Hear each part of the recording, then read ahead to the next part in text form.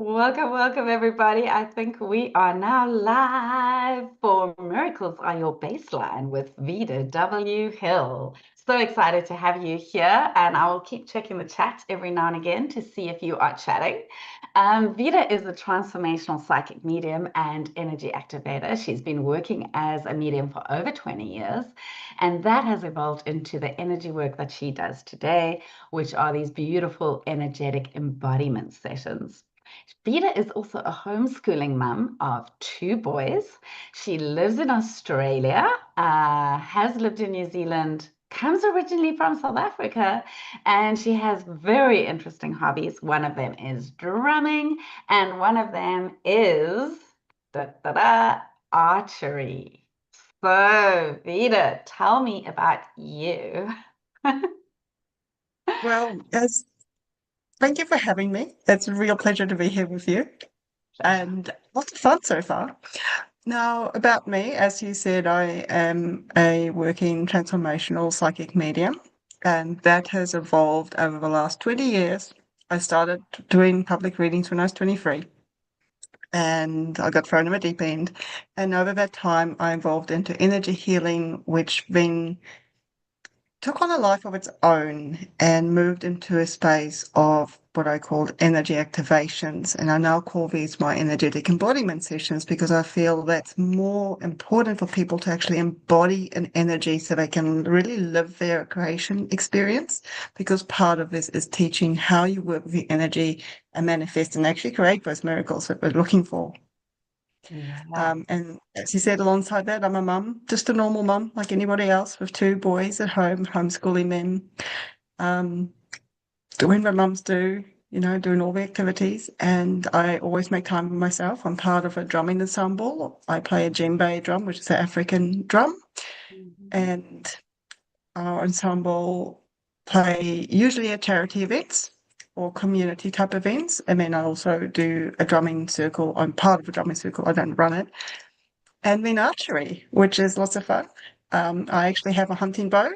So, because I did a hunting week in learning to really use the skills of archery as opposed to just having archery for fun. So, really getting into it. Wow. Do you like wear medieval gear when you go doing your archery? Do you look like Robin Hood when you do it, or is it just normal clothes? Just normal clothes. I actually have a really good friend I do archery with, and we wear camo pants. I We had love. matching camo pants That that we is so wore for cool. our hunting weekend away. We didn't actually do any hunting. We just learned how to hunt with a bow and arrow, the skills of it.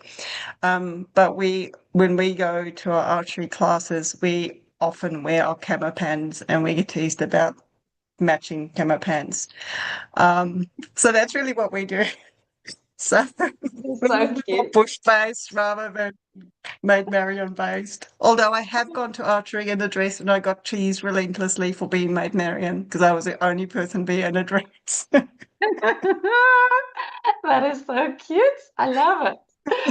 Oh, and the one thing I forgot to say is that Vida is also co-author of Miracles Are Normal, which we just launched just over a week ago, and it went bestseller, international bestseller in Australia, in the USA, in Canada, in Germany. And you wrote an amazing story. In fact, you've written two amazing stories I've read. Your chapter in Miracles Are Normal was called Miracles on My Baseline, the same name as our talk. And I also loved your story in Divine Rebirth. So tell me a bit about the message that you want to put across through your stories. So the stories are very different. So Miracles Are Normal is my third co-authored book. The first one was I'm So Glad You Left Me. And the principle of that book, the stories behind that book was a time where you deserted yourself, or you came to realize where you had, in a way, deserted yourself and had to find your way back to yourself and going through that challenge. Now, for me, in that particular story, it evolved around my divorce and a relationship I had right after my separation, very quickly after, and the fallout from that, and how that took me to a really I'm going to say a deeply dark place that called me back to a strength that I didn't know I had. It's almost like I had to crumble to rebuild. And then Divine Rebirth is the follow on from that, that when I finally moved into my own space. And essentially, at some point, my nervous system just collapsed. Like, once I kind of got to a space where I felt safe enough to breathe again, my whole system just went and collapsed.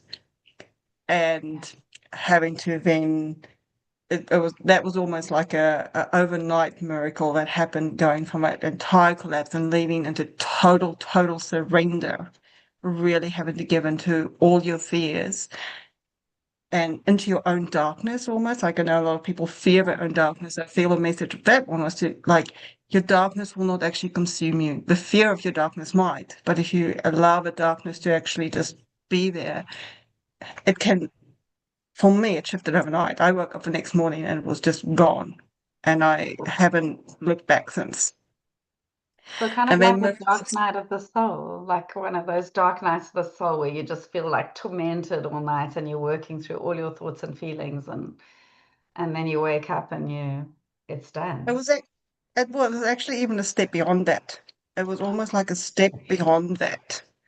Wow. And I found it very hard to explain, because it was almost, you think you've had a dark night of the soul, and then you just have this total collapse. You go into like a void, Wow. just like a total void. It's almost like a near-death experience without physically dying, Wow. potentially.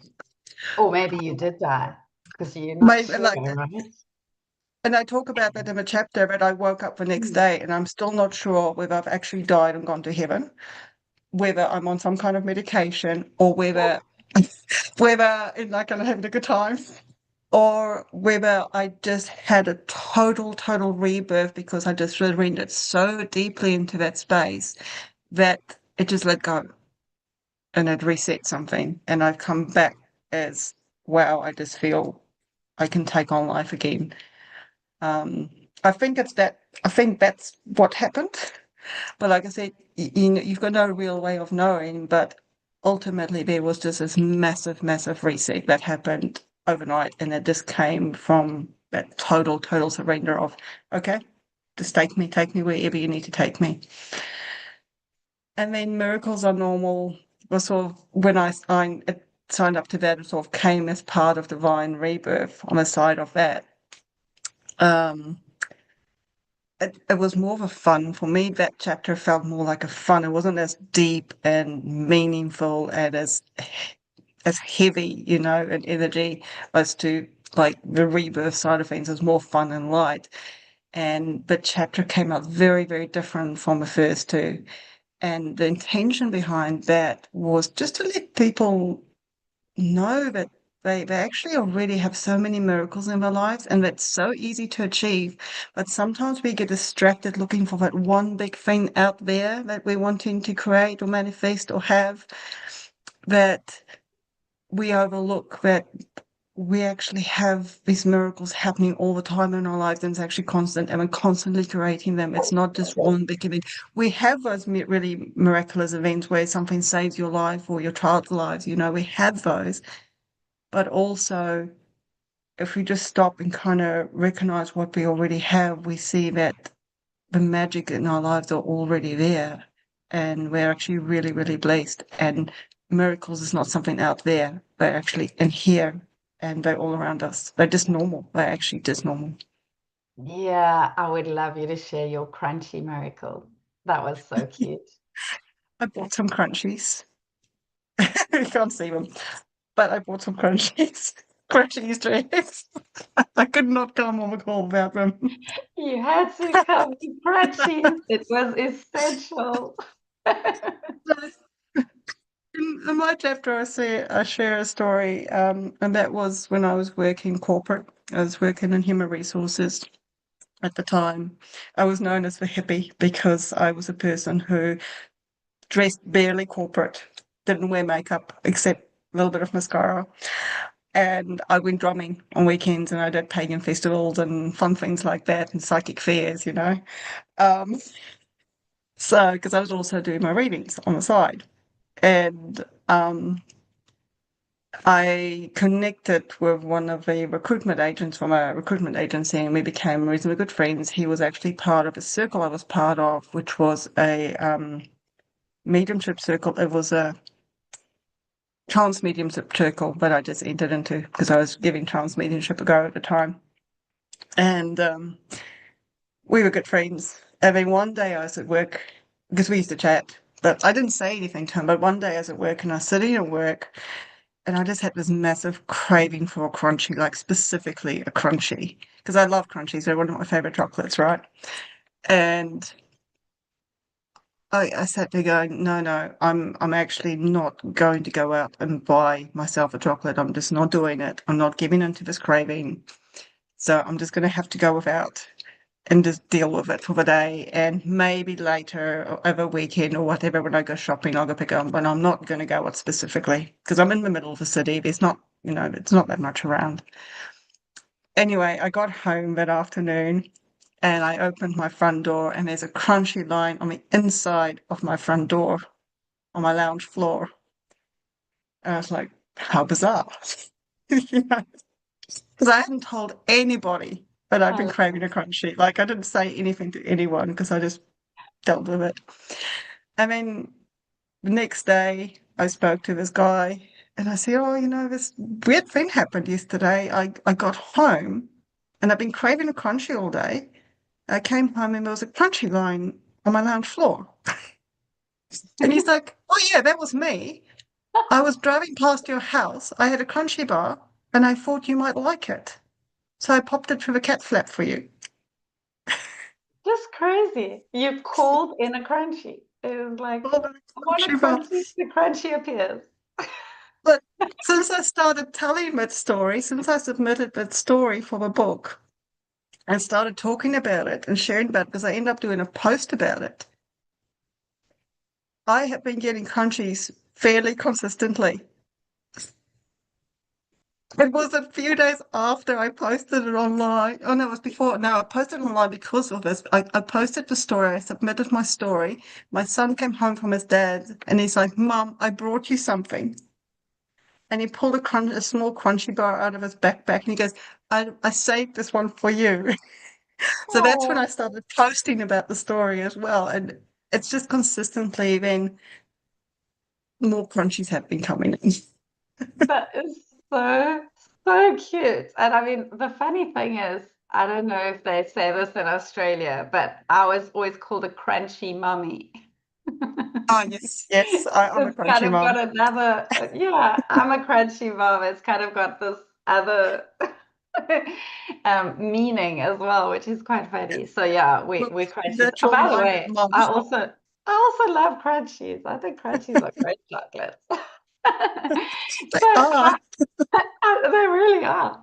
So how do you call in miracles? Do you like have a process, a prayer, a mantra, something that you use when you want to call in miracles, or is it different every time, or is there, do you think there's a particular process? I think there is a process, and I think it's different every time, and I think it depends on the weight you place on what it is you're trying to call in. I find the fastest way, I'm not going to say it's the easiest way, because it's not always that easy to detach, to kind of go into that space of real faith and trust. But the fastest way to call something in is to be in that space of real knowing. And I think that's often where people get a little bit stuck, is being able to be in that knowing, that certainty, where or where you kind of have a detachment like with Crunchy Pie, where you go, I really, really, really want one, but hands off. I watch my children manifest like that all the time. Mum, I really want this, but whatever. And at this band 2 days later, they have the thing. And so there is a process where you can bring yourself into conscious alignment with what it is you're calling in. But that sometimes can trip people up because they also have that attachment and they work so hard to get the thing instead of focusing on who am I being to just have this? And if you think back about the times of things have just dropped in, even those life-saving miracles, you've gone into a different kind of state. It's almost like you've gone into a surreal kind of state where you're just a little bit disassociated from the thing. You're not thinking, I really need this. And I find that's when it really drops in. And you, with experience and practice, you can actually get into that state easier. And I've done that a few times now, but I find like you kind of get into that mode of I'm stressing, I really need this thing, and go, okay, I just need to take a step back and go lean into that faith of trust of this will just work out and just hands off. And I think that's the main part of the process is that you kind of, again, it's that surrender, right? It's that theme of surrender. Mm, yeah, that is coming up so often on these chats that I've had with all the co-authors Mm. is, and it's for me as well. I find it the minute that I surrender, things come to me. That complete and utter surrender, like the surrender you had in Divine Rebirth as well, where you just kind of like, okay, it's not up to me anymore. This is just it's not mine. Yeah, I've found that as well. And yet there's also been the ones that are just like instant. You have a thought, you just have a thought, and then, of somebody, and then that person phones you, or, and you haven't spoken to them in ages. I mean, I reached out to a friend the other day that I had, in fact, she was my first boss. I hadn't spoken to her in ages, and I just thought, I've been thinking of you. I want to connect with her. Let's have a coffee this week. And the very next day, I was having coffee with another friend and bumped into her. But I'd already reached out and arranged our meeting, but I bumped into her the next day and I hadn't seen her for months. So, like when you call someone into your world and you just, you want to be around a person, they just appear, as do chocolates, it seems. Chocolates and roast chicken, apparently. Roast chicken. That's so cute. Yes, the roast chicken story. Do you want to tell that one as well? I'm very good at manifesting food. I mean, sometimes I wish I was better at manifesting other things, but food seems to be my thing. But Is it because your I've got love no attachment language? to it. No attachment to food? Okay, good. No attachment, because there's no attachment to, like with a roast chicken, I told you that story before, was a night where I called my mum. I was still living at home with my mum, and I was really feeling like a roast chicken for dinner. But I called her and we had a chat, and I said to her, "What are we having for dinner?" And she goes, "Oh, I'm making lasagna." I was like, "Oh, okay." And she's like, "Is that okay?" I'm like, "Yeah, that's fine." I wasn't going to say, change your plans or whatever, like whatever, you're doing your process.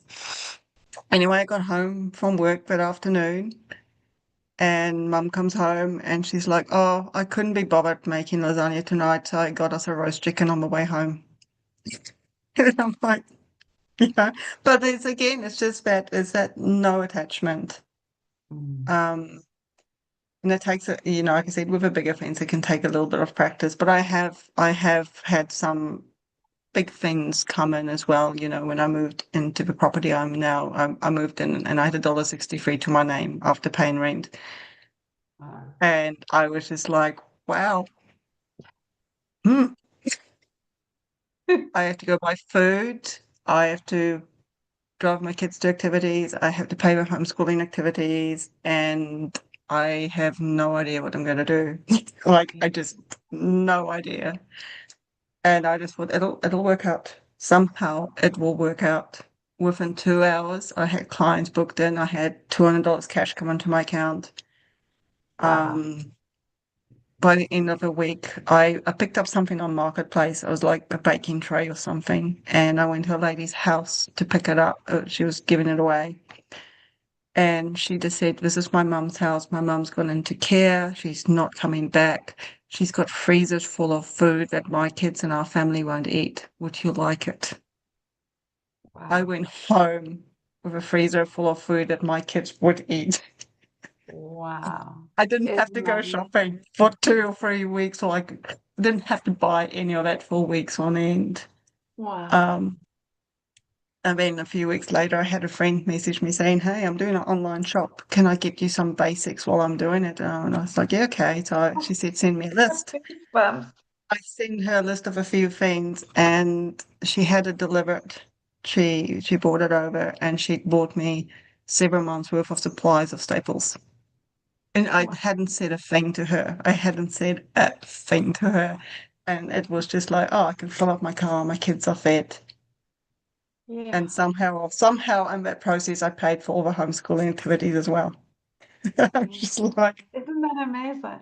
yeah. Because I mean, that is the hardest thing when you become a single mom is like, how am I going to pay for everything? Like, how am I going to, especially a homeschooling mom, how am I going to be focused entirely on my children and also making money on the side so that I can give them all the things they want and we can live? But isn't that amazing? What amazing friends you have. It shows who you are as a person that people give in that way. And like you said, you've got no attachment to food, so the staples are just coming. It's amazing. I love it. I love it. Then, how do you feel about because when people speak about manifesting, like for example, you want to manifest a new car. Everyone says what you got to do is you got to go get in the car, you've got to test drive the car, you got to get that new car smell and the experience, and you've got to see yourself in it. But that doesn't seem to be coming into any of the things that you said. So, do you think that is creating attachment when you do that? I went to go look at a car last week because a friend of mine said, "Oh, she might be able to just like figure out a way to get me a car."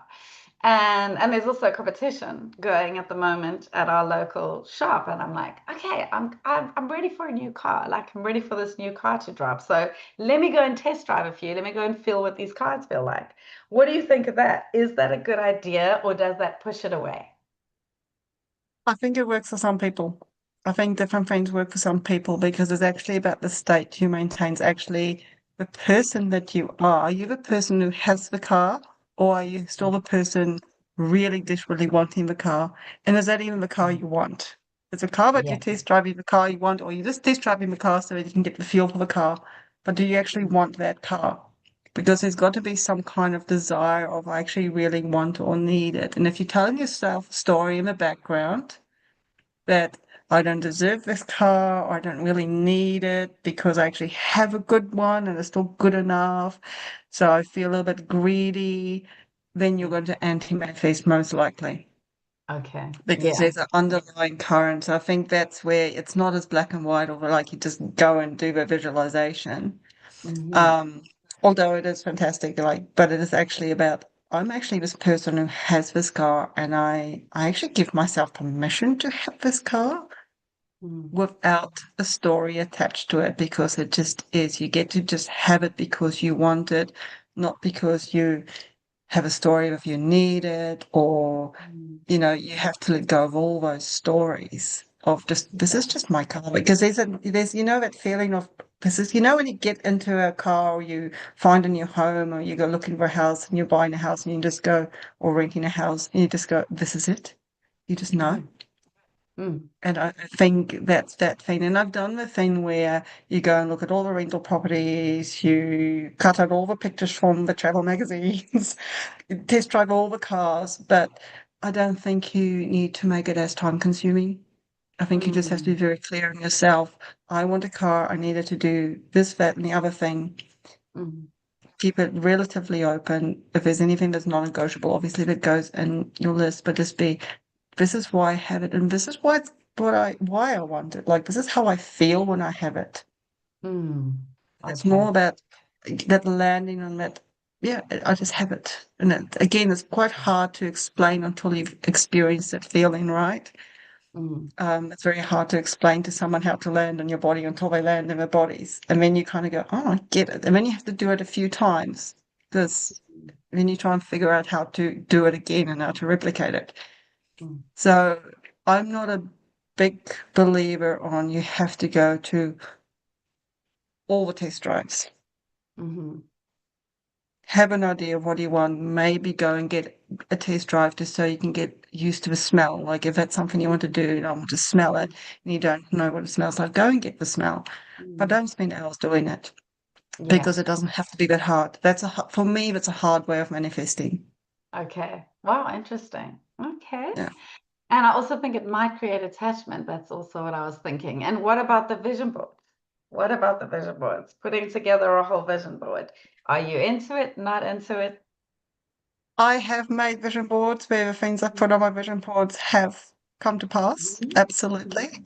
I've written out lists where every single one of them have come to pass as I've written things down. I've written out scripts Yeah. where the scripts have come to pass. And what I realized with the scripts, and they're actually really good because it gives you, when you're writing them, you get into a state, right? But I've also found that sometimes you're creating a life based on that script. But if you stop scripting Hmm. and you don't have a vision past what you scripted or past what you're creating, Yeah. once that script is played out, the whole thing collapses because you don't Right. have a vision past it. Because we're constantly manifesting, we're constantly creating. Mhm. And that's what I mean with miracles aren't like one-off occurrences. They're a constant occurrence in your life. So when you're manifesting something, so when you're looking at the car, for instance, it's nice to think about now I have my car, but what are you going to be doing with that car? Mhm. Are you going to be driving your kids to school? Are you going to go on vacation with it? Imagine you driving yourself in the car doing your life once you've got it, after you've got it, not the moment of getting it. Right. So you Okay. actually want to Keep the create, air. yeah, because the way subconscious mind works, it won't necessarily allow you to have something if it doesn't have something to step into afterwards because it's like, it doesn't feel safe. What's going to happen next? You're just going to leave me hanging? So you're going to get the car and then what? And sit in your driveway? Yeah. Yeah. So it wants to know that you actually have a next step, two or three steps behind that. So you have something that you're using it for. And I think a lot of what people do is they focus on a car or a relationship or a house and they feel, oh, I'm so excited I have this. But the reality is when you have that car, apart from the fact when it's brand new and you've got it and you feel excited, when you're driving it every day, you're probably not getting in and getting excited. You're True. probably Yeah. just Feels actually normal. having this, yeah, it's just normal, kind of boring. I'm taking the kids to school again, in my car. But I was so excited about, but now it's got ice cream for the back of it, you know? So, and people don't realize that that's actually where your manifestation happens. It's actually just normal. It's already happened. It's sorted. It's not about that particular moment because that's chasing a high. Right. Okay. Yeah. Yeah. And that's a I like cycle that that. people get into. They chase the high, they chase the dopamine. So they don't create anything because they chase that feeling. Yeah. So the feeling you actually want to yeah, be chasing instead of the high feeling is the feeling of this is my new normal. This feels good. I know that I have this car. Of course, I have this car. There it is in my garage. You know, I'm getting in, I'm doing the school run, that kind of stuff. I'm at the Yep. shop. People are And admiring my car. yeah, we're not celebrating it every day. You might be grateful for it every day, but you're not like, whoop, whoop, I'm gonna go. Yeah. Well, actually, I had a car once that I bought. Like, I really like. It was a tiny little Nissan Micra. Do you have Nissan Micras in Australia? Yeah, yeah, It yeah. was the original shape one, and it was like I was gonna get a red one, but I got a green one because that's the one they had in the shop on the floor. And it had a sunroof, and it had this really cool radio, like the system, the sound system in the car was so phenomenal, especially because it was such a small car. And I loved that car. Like it was a really small little cute little car. It was nothing, flashy or anything, but I adored being in that car. I did so many long trips in the car, and I had the music blaring and I had the sunroof open, and like I really do. I like cars. I really actually do like cars. This is And not that's a the thing. this is yeah, this is not a punt for Nissan. But if anyone is from Nissan watching this video and you want to give me a new one, I won't say no. Tasting Just 101. say, and I will punch you. Anyway, only joking. Okay, so let's get back to our questions. We did have like a few little questions that we were going to ask and answer. So Do you see writing as a kind of spiritual or cathartic practice? Not sure. I think for me it just is. It just is. And I guess you can put it in the spiritual bracket because most of the time when I'm writing, I'm also channeling Mhm. and I go into a different space in my mind where I see or hear the words. I won't say it makes me cathartic, but it does bring me into a state of just real peace, often gratitude, like a space of just feeling really, yeah, this has really landed. I can always tell when my mind's got involved because I don't get that feeling. So I put it into different categories. I can tell when something's come through me or from me, and there's a difference. So I don't want to label it. I don't want to label it because it really just is, but it is. I think it is an expression of like the divine through yourself, in whatever form it takes, in whatever way you write. And like obviously the books they're writing at the moment are more spiritually focused. Um, But that doesn't mean someone who's writing, I don't know, a novel or a horror story or a detective story isn't also channeling that for a purpose for pure enjoyment and doesn't get the same kind of feeling. So I think it is. I think it is in a way bringing source into life. Yeah. Do you feel you get into a flow state when you're writing? Yeah, absolutely, How long absolutely. does it take you to get into that? Is it every time or is it just sometimes? It's usually in the shower or when I'm driving. Okay. When you can't actually write. Uh, um, that's usually when it kicks in. the ideas come. Yeah. And I went through a stage where if I sat down with the intention to write, I couldn't. Because again, it's that thing where you apply pressure instead of just allowing. Whereas I find now I sort of say, I'm going to give myself X amount of time and I'm going to sit down, I'm just going to do it. And then you get into that space. And part of, I guess, this is where I've learned with mediumship, where you go into a space to receive. So there's actually a practice behind it. And I now do the same with my writing. I'm just going, okay, I'm going to go into that space and I'm going to channel. And I find something like writing a chapter for a book, I would write it in one go, even like half an hour. It's Yeah. written. And then it's just the proofreading or the checking. So it's not coming and going. And now I've written 10 words and now I'm adding 20 words. I find that's when my mind's involved. But when I'm actually just in that zone, it just Mhm. comes all in one go. Yeah. Yeah. That's beautiful. So do you do kind of a little meditation before you start to get you into that flow state, or is it just like it's a decision? Okay, I'm now in that state, let's go.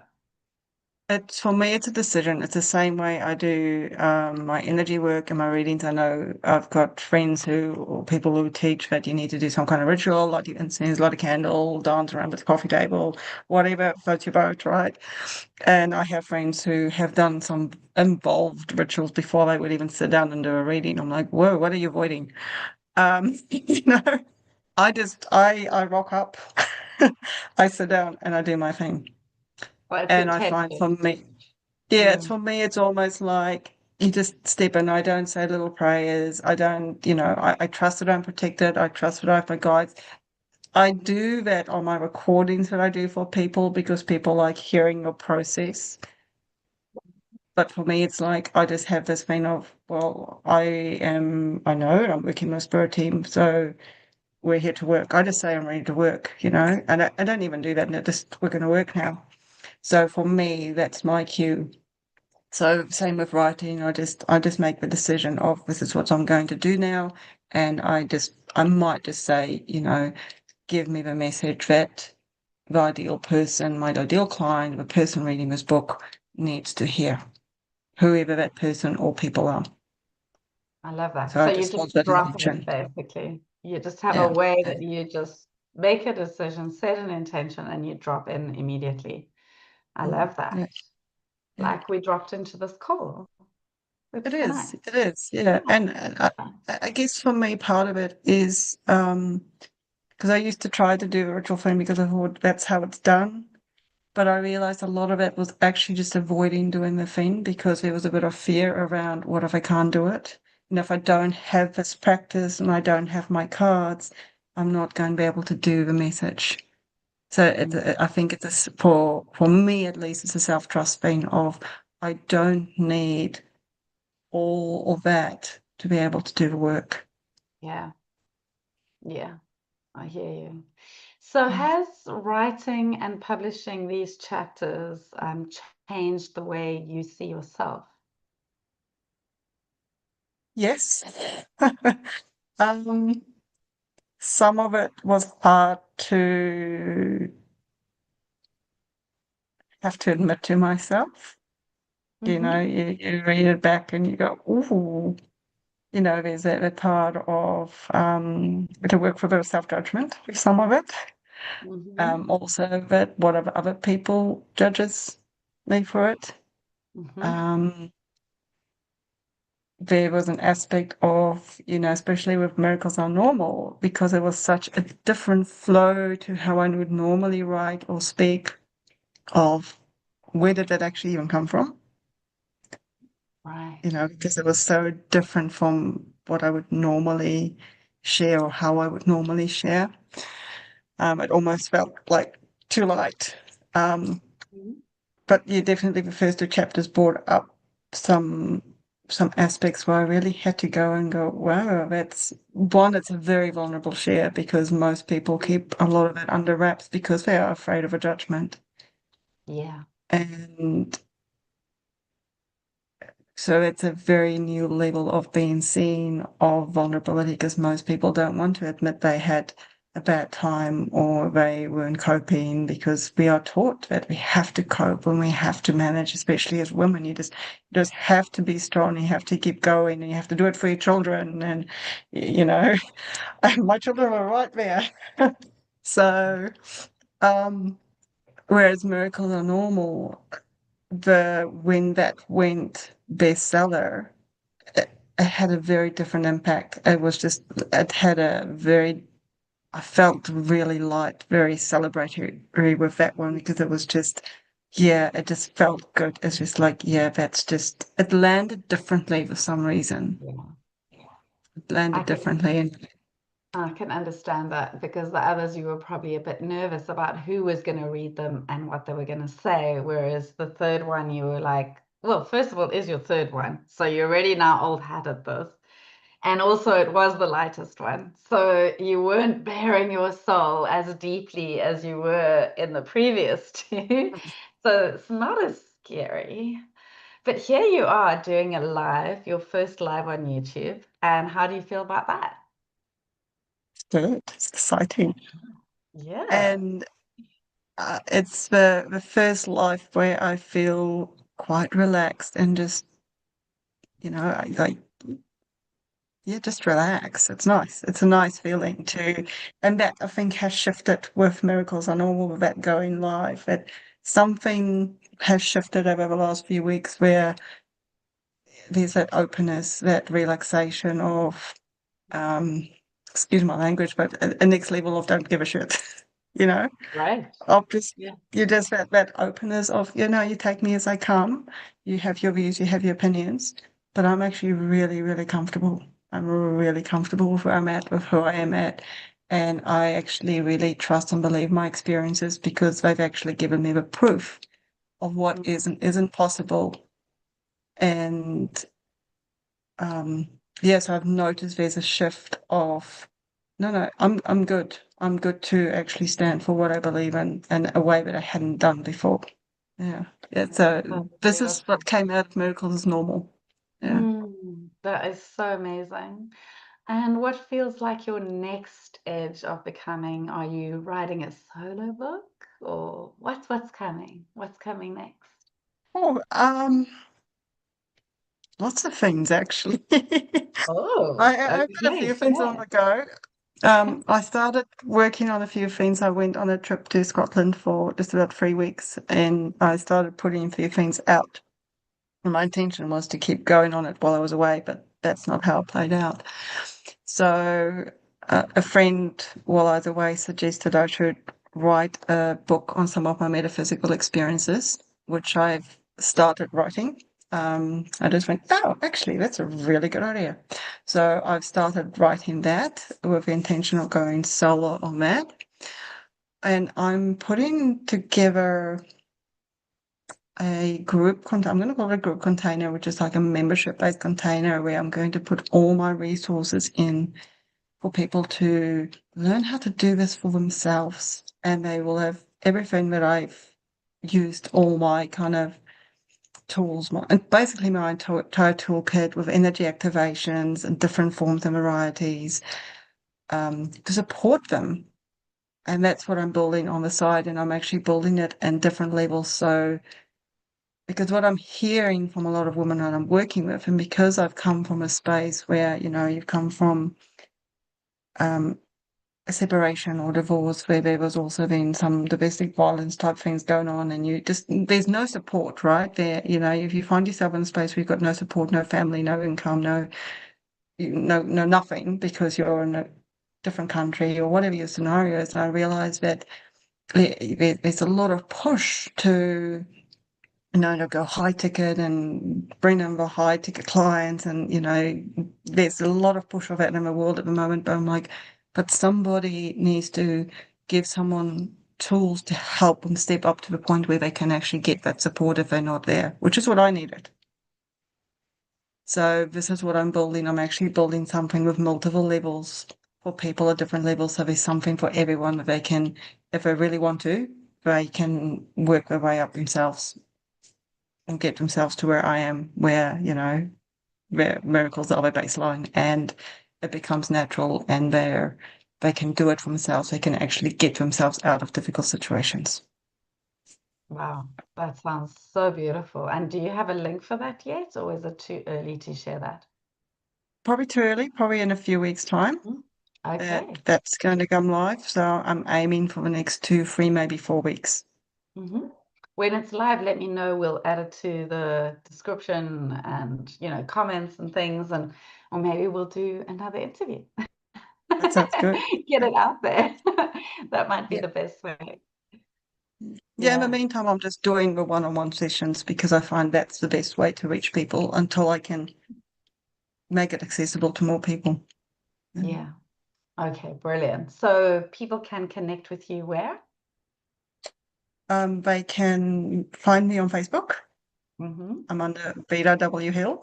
Same on Instagram or YouTube.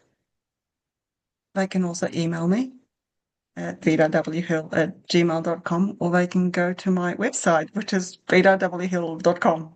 So, Okay, easy. yeah, yeah, Brilliant. yeah. Thank you. So I wanted to get all that out the way before we drop into this. This is your chance now, like we've been doing in our previous sessions, where you get to share your magic. So Yeah. is there something coming through you that you would like to do for the audience that they can experience a little bit, a little taste of what you do? Yeah, I would like to do a mini energetic embodiment session because I feel we'll do it around activating your own magic around receiving. So what I'll get everyone to do, and I'm probably going to close my eyes too when I do this, because I often close my eyes when I work, is get you to close your eyes. And I want you to hold the intention. I want you to choose and say to yourself, I now choose the end result. I'm living in the end result of being the person who receives freely, openly, and easily. And when you set that intention for yourself and when you choose that end result, I want you to step into that feeling of what it feels like if you were to receive that miracle. You know that moment where something happens and it just falls into place perfectly, and that feel-good feeling, that lightness, however that feels for you. And maybe you have something specific in mind, but I like to keep it quite general, but you can think of something specific. But if you were just to receive and things were just to work easily for you and flow to you just so effortlessly, and you were just, hey, my life is really, really magic here, how would you feel? And just feel that feeling. Like I know for me, it feels like, oh, I can breathe. You know, that moment where you just go, whoa, all the stress and tension is just gone, and you feel a little bit excited and a little bit happy. And that mixture of feelings of life is just really good, and it's just flowing, and you just feel on top of the world, like, a little bit unstoppable. Just feel that really good feeling. Just breathe it in.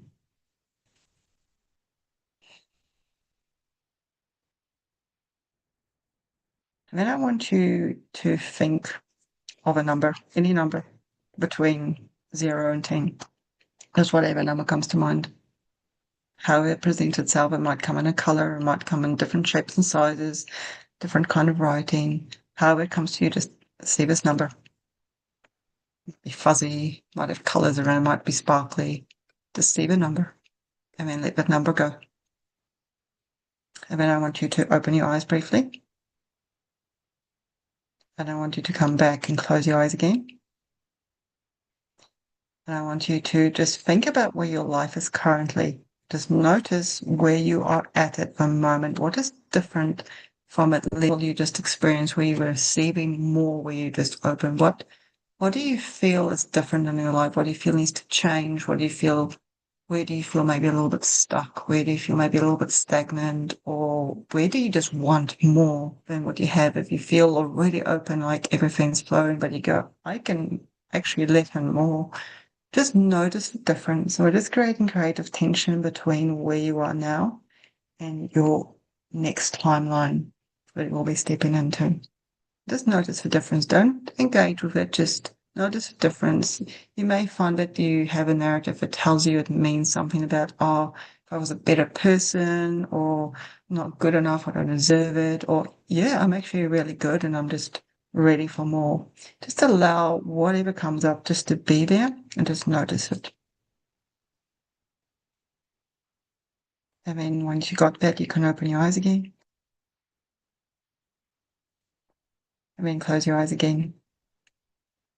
And I'm going to ask your permission to work with your superconscious and just quietly say yes, nod your head or say yes out loud. Just give me permission to come into your superconscious.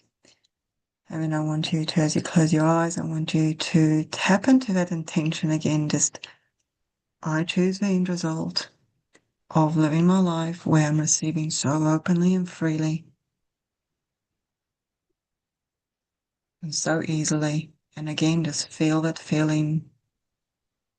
As I choose the end result, I'm open to receiving all the good things that the universe has for me, and to do so with flow and ease and joy, peace and harmony.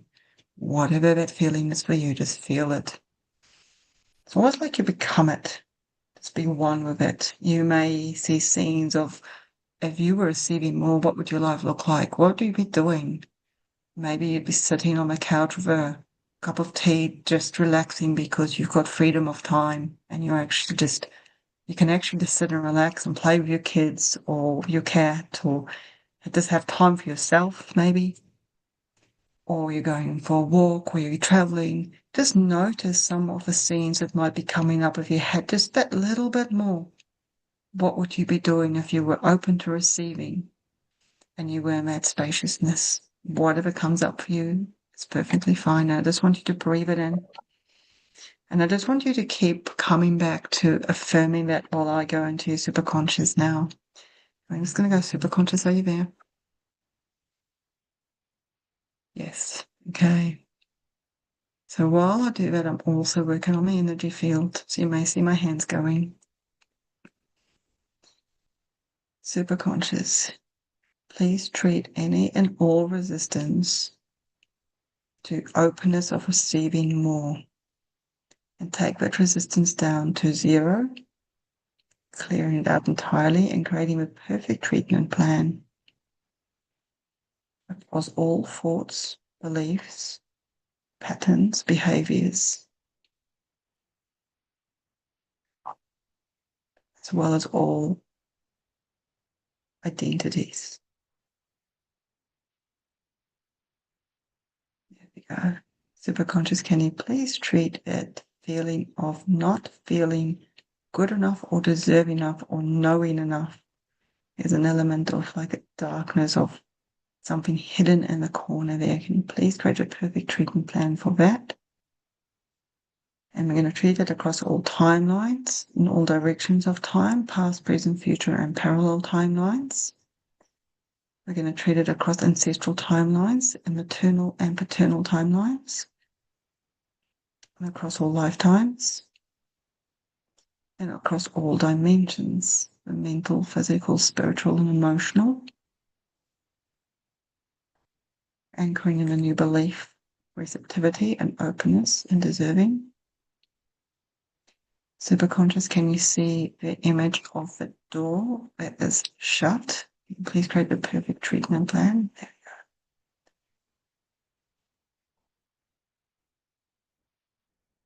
we go. Interesting. Superconscious, can you treat concept around ambition and not being allowed to be ambitious, not being too big for your boots, not being ambitious enough? And there's a contrast between not enough and too much. Can we please treat that?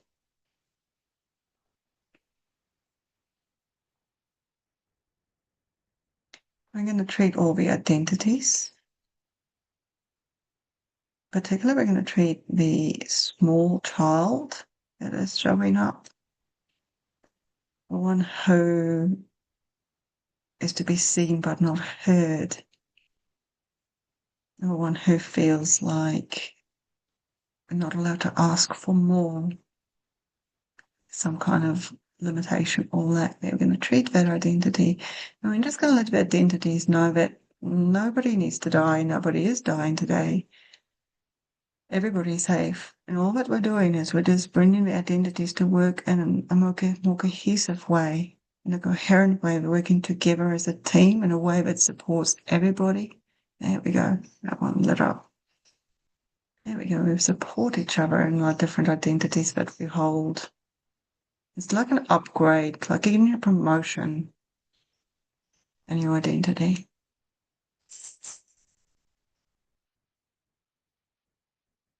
Superconscious, can please treat that fear of being seen as being greedy, being perceived as being greedy or feeling greedy, or being told having more than anyone else is greed. Treating the shame around any of that as well.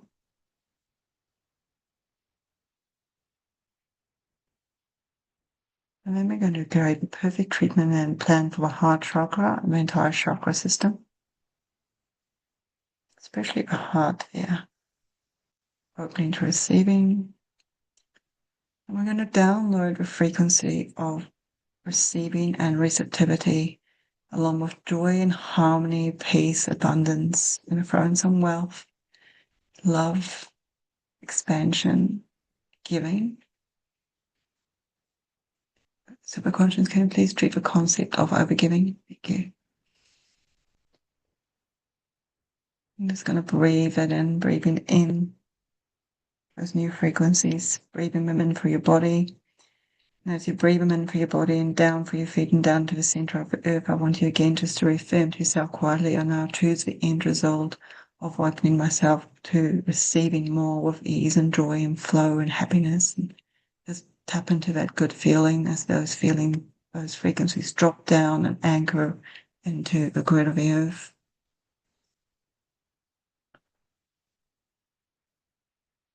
Bringing into balance the conscious, the superconscious, and the unconscious.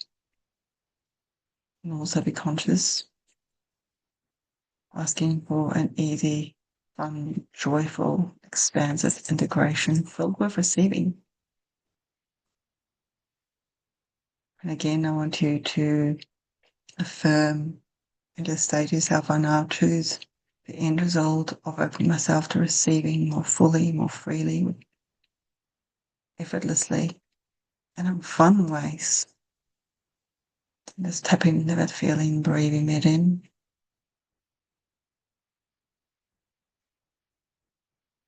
And then I want you to think back to that number that you picked.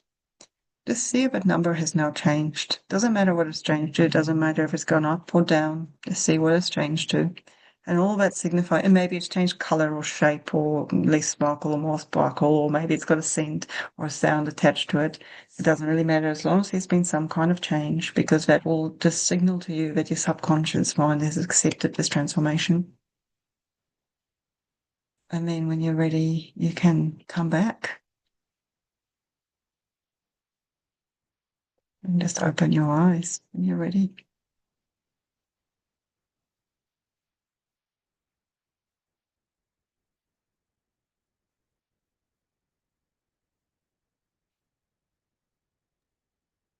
That was really amazing.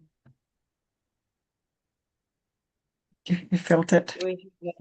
Yeah, we had a gratitude emoji popping up in our live chat. We haven't had anybody asking any questions. But that was beautiful. Thank you so much.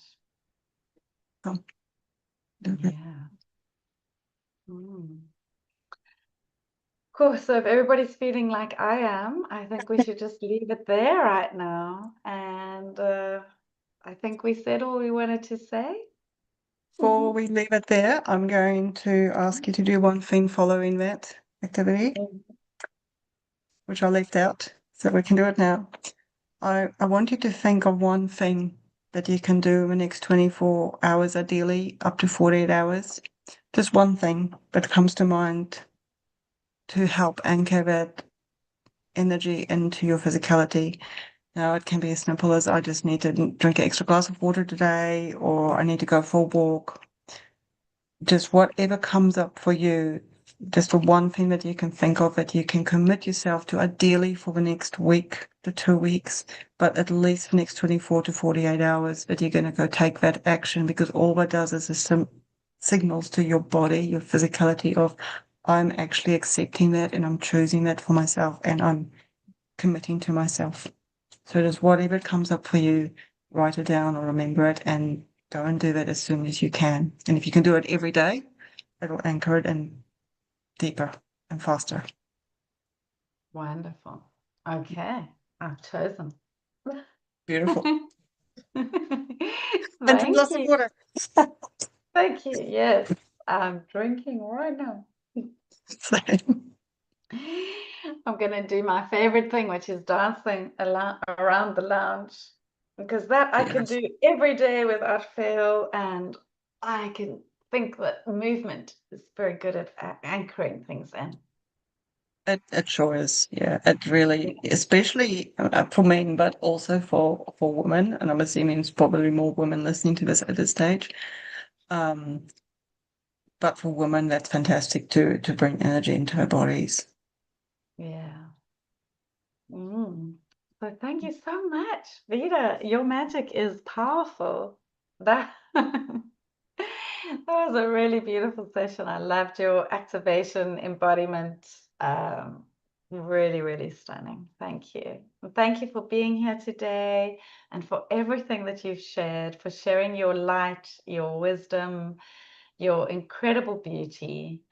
It's just been the most amazing time. And thank you to our viewers. We had 3 people on. I don't know if they're the same 3 people. Sometimes we end the call, I see there's actually been like 7 or 8 or 9 people at different stages. But thank you for everyone who is here and being with us and experiencing this with us. And if you enjoyed this and you want to see more of these and more of Vida as well, I'm sure we're going to do another one when she launches.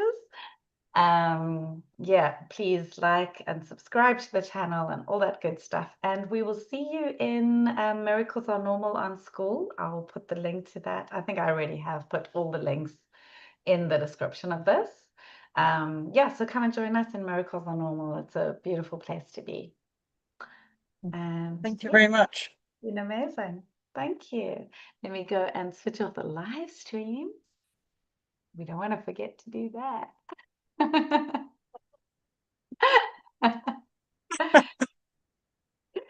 Okay, the live stream has now ended. And that was amazing. That was